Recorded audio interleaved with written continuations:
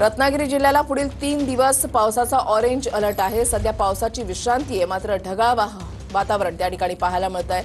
अवकाळी पावसामुळे मे महिन्यामध्ये नदी नाले हे तुडुंब भरलेले आहेत। आढावा घेतलेला आहे आमच्या प्रतिनिधींनी, पाहूयात। रत्नागिरी जिल्ह्याला आजपासून पुढचे 3 दिवस हवामान खात्यानं ऑरेंज अलर्ट दिलेला पाहायला मिळतो आहे।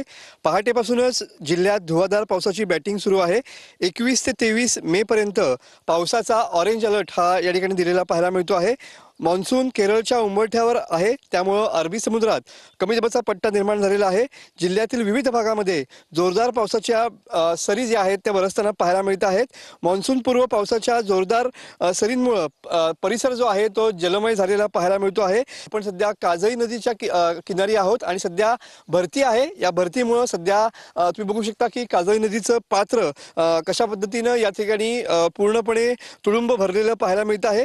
तर सागरी किनारपट्टी लगतच्या नागरिकांना सुद्धा या ठिकाणी सावधानतेचा इशारा जो आहे तो हवामान खात्याने दिलेला पाहायला मिळतोय। एकंदरीतच पुढचे 3 दिवस हे रत्नागिरी जिल्ह्यासाठी खूप महत्त्वाचे असणार आहेत, कारण का सकाळपासून या ठिकाणी पावसाची दमदार बॅटिंग जिल्ह्यामध्ये पाहायला मिळते।